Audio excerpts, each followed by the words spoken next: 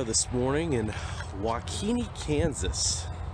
Stayed at the Best Western over there last night, and woke up this morning, decided to check the geocaching app, and guess what? There's a geocache right across the street. But of course, it's an evil nano. Well, this nano isn't like most nanos. Let's walk over and see where it is. I'm guessing that's ground zero.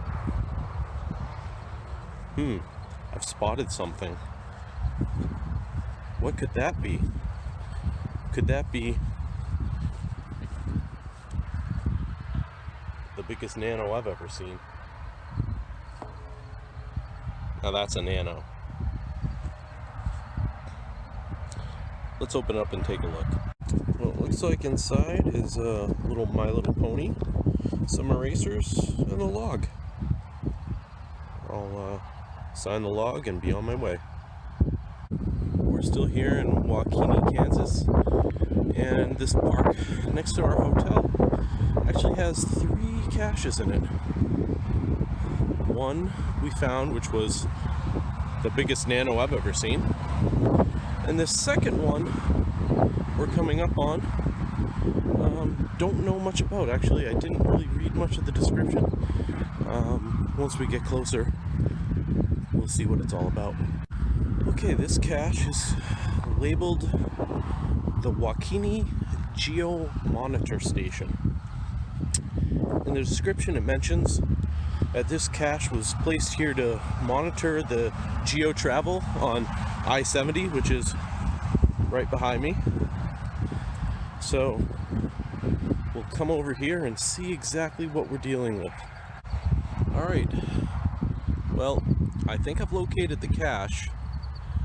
At first, I thought, oh, picnic table, no dice. I thought, maybe that tree? Not there either. How about this bush? Maybe. I came over to this bush, and look at that. There is the cache. Now, in the hints, it did list a combination, so let me put in that combination and see if it opens it. Well, I put in the combination, and just like that, the cache is in hand. I'm going to sign the log and move on to the next. It's kind of funny. After all that work, trying to put the combination into that lock, which was upside down, so I really couldn't see where I was putting the numbers. So I struggled with it and finally got the combination.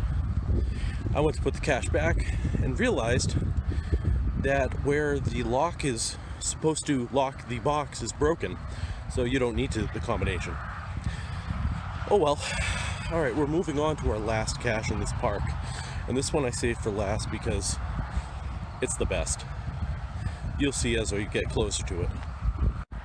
Alright, we're approaching ground zero at the last cache in this little park off of I-70 in Waukene. And this last cache name is Baker Martin.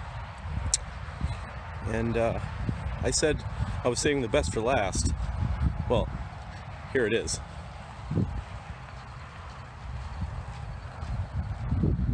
How's that for ground zero?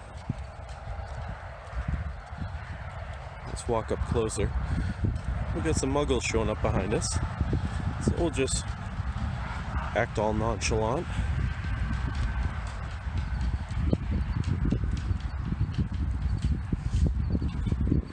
Look at that. Not every day do you find a cache on a jet. Alright, I have a suspicion where the cache is. I'm gonna take a look and see if we can find it. Alright, so I'm inside the landing gear area of the jet. This is awesome. And what is that? That is the cache. We'll sign the log and move on. especially because there's someone watching me. Alright, so stopped here last night to get a hotel. It was late, I was driving. It took us probably 10 to 11 hours to drive from Moab, Utah to Mingo. Grabbed that cache and then found this hotel, not even knowing of the cool little park that was here next to the hotel. They contained 3 geocaches, and all 3 of them were really neat. 2 of them were really memorable because one is the largest nano I've ever seen, and the other is a jet. You can't go wrong with a jet. So that pretty much wraps up our Kansas geocaching. I'm running late now. I need to get on the road and make our way east. So that's all for now. Catch you later.